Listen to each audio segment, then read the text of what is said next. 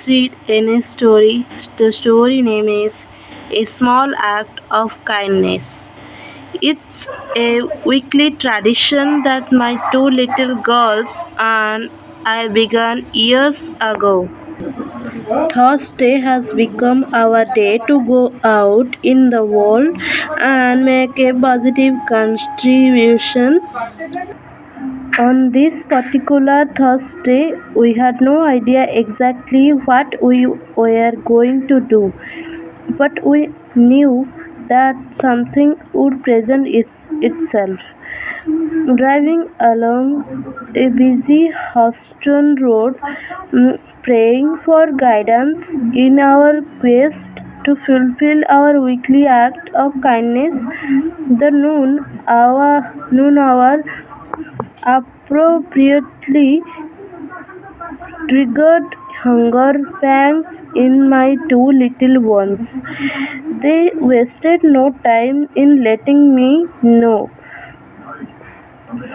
chanting MC Donald's, MC Donald's, MC Donald's as we drove along.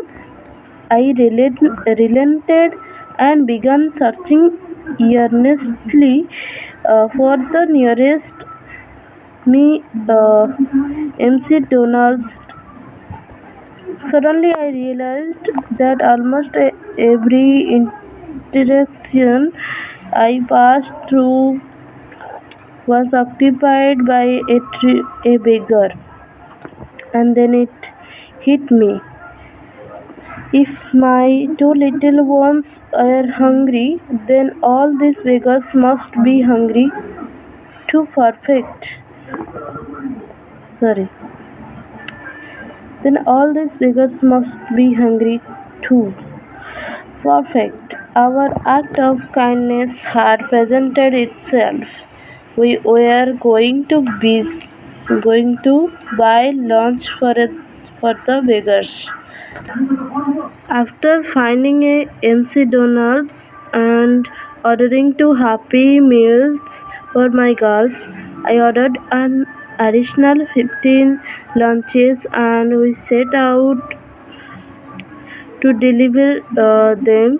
It was exhilarating. We would pull alongside a beggar, make a contribution, and tell him or her that we hoped things got better. Then we had say, "Oh, by the way, here is lunch," and then we would jump off to the next junction. It was the best way to give. Uh, there was not enough time for us to introduce ourselves or explain what we were going to do. Nor was there time for them to say anything back to us. The act of kindness was anonymous, anonymous and empowering for each of us, and we loved what we saw in the rear view mirror.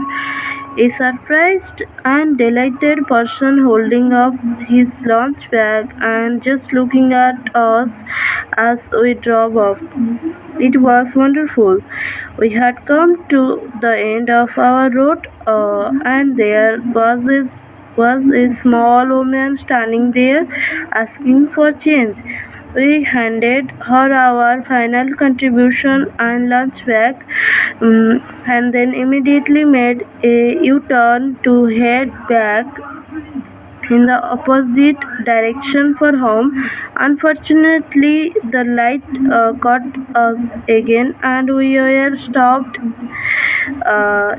at the same intersection where this little woman stood. I was embarrassed and did not know quite how to behave. I did not want her to feel obligated to say or do anything. She made her way to our car, so I put the window down just as She started to speak. No one has ever done anything like this for me before, she said with amazement. I replied, well, I am glad that we are the first.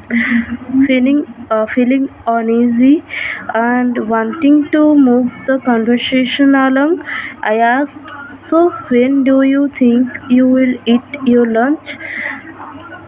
She just looked at me with her huge tired brown eyes and said, oh, honey, I'm not going to eat this lunch. I was confused, but before I could say anything, she continued, you see, I have a little girl of my own at home, and she just loves MC Donald's. But I can never buy it for her because I just don't have the money. But you know what? Tonight she is going to have MC Donald's. I don't know if the kids noticed the tears in my eyes. So many times I had questioned whether our acts of kindness were too small or insignificant to really effect change. Yet, in that moment, I recognized the truth of Mother Teresa's words. We cannot do great things, only small things with great love. I repeat, uh, Mother Teresa's words. We cannot do great things, only small things with great love.